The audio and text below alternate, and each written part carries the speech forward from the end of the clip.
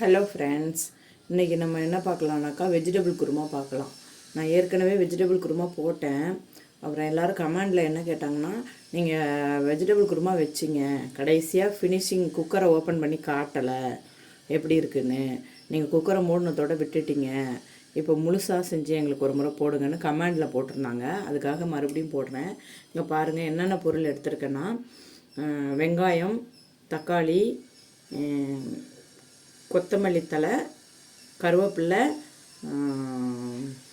பச்சை மிளகாய் எடுத்திருக்கேன். அதுக்கப்புறம் அதுக்கு தேவையான காய்கறிகள் என்னென்னா, பீன்ஸ் எடுத்திருக்கேன், கேரட் எடுத்திருக்கேன், உருளைக்கிழங்கு எடுத்திருக்கேன், பட்டாணி எடுத்திருக்கேன். இவ்வளோ தான் நான் எடுத்திருக்கேன். அப்புறம் இஞ்சி பூண்டு பேஸ்ட் வேணும். இஞ்சி பூண்டு பேஸ்ட்டு, தேங்காய் வேணும். தேங்காவில் முந்திரி பருப்பு 2 போட்டு அரைச்சி எடுத்து ஊற்றணும். அப்புறம் கடைசியாக நம்ம சரி நான் செய்யும் போதே உங்களுக்கு சொல்கிறேன். பாருங்கள், ஸ்டவ் ஆன் பண்ணிக்கணும். ஆன் பண்ணிட்டு பாருங்கள், எப்போதும் போல் ஆயில்,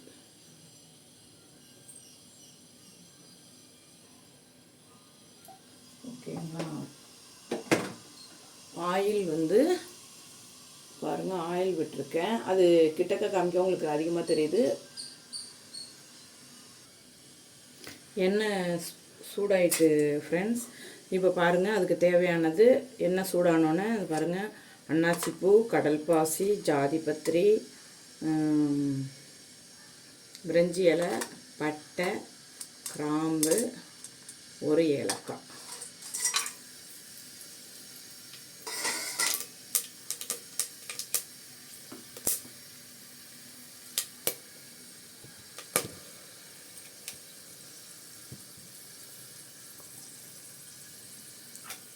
அது பொரிஞ்சோன்னே பாருங்கள், 2 பச்சை மிளகாய்,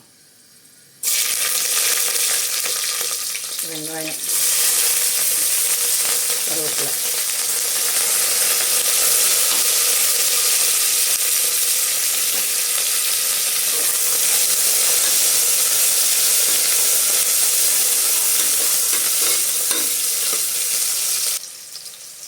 வெங்காயம் ப்ரௌன் ஆகணுங்கிற அவசியம் இல்லை. ஏன்னா குருமாக்கு இந்த அப்படி கண்ணாடி பதத்துக்கு வந்தாலே போதும்.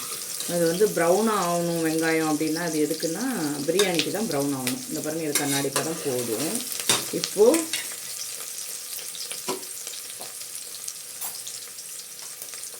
தேவையான அளவு இஞ்சி பூண்டு பேஸ்ட் 1 ஸ்பூன், தேவையான அளவு போட்டுக்கோங்க.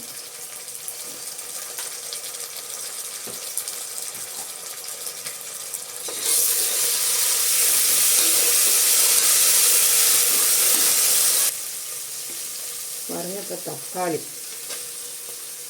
தக்காளி போட்டால் தான் கொஞ்சம் அடி பிடிக்காது. இல்லைன்னா இஞ்சி பூண்டு பேஸ்ட் போட்டால் அடி பிடிக்கும். அதனால் தக்காளியை போட்டு பாருங்கள்.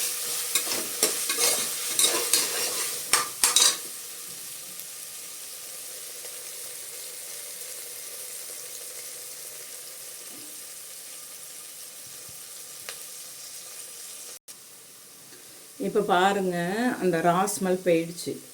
ராஸ்மல் போய் கொஞ்சம் வதங்கி வந்துருச்சு பாருங்கள்.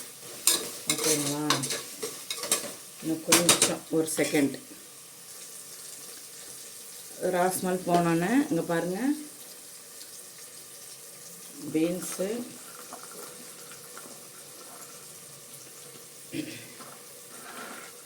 பட்டாணி, கேரட்டு, உருளைக்கிழங்கு எல்லாத்தையும் போட்டுட்டு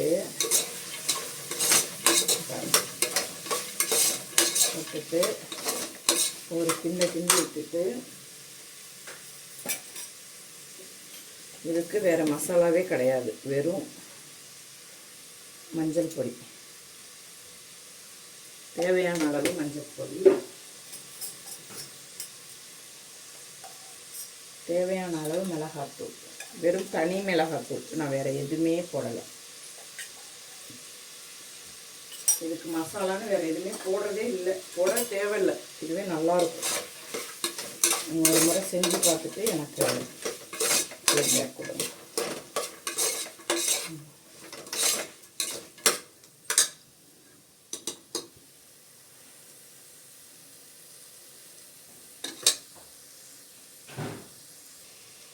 பாருங்கள், இந்த பாருங்கள், அப்படி லைட்டாக அப்படி வதங்கினோன்னே அதுக்கு தேவையான அளவு தண்ணி.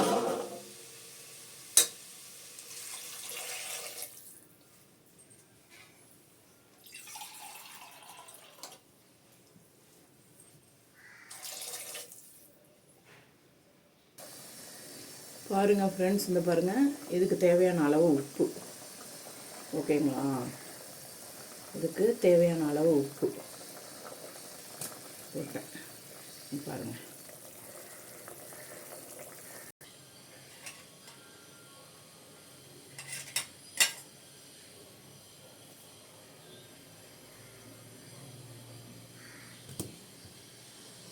தேங்காய் அரைச்சி ஊற்றியாச்சு, பால் ஊற்றியாச்சு. இது ரெண்டுத்தையும் நான் உங்கள்கிட்ட காட்டலை, இப்போ வீடியோ ஆன் பண்ணலை. பாருங்கள், ரெடி ஆயிடுச்சு. இப்போ பாருங்கள், அவ்வளோதான், ரெடி ஆயிடுச்சு. ஆல்மோஸ்ட் ரெடி ஆயிடுச்சு. இதை அப்படியே குக்கர் போட்டு லிட்டு போட்டு மூடிட்டு விசில் போட்டு ஒரு 4 விசிலில் இறக்கிட வேண்டியதுதான்.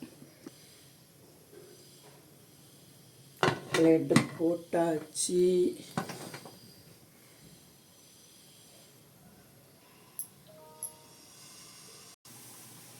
லிட்டு போட்டோன்னே விசில் போக வந்தோன்னே விசில் போட்டுற வேண்டியதுதான்.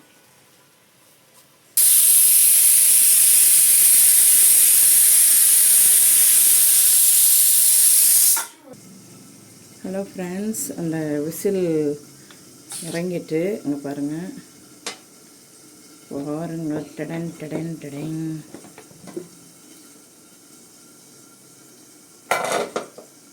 பாருங்கள், காமிக்க மாட்டேங்கிறேன்னு சொன்னீங்கல்ல, பாருங்கள், இதுதான் பாருங்கள். ஓகே.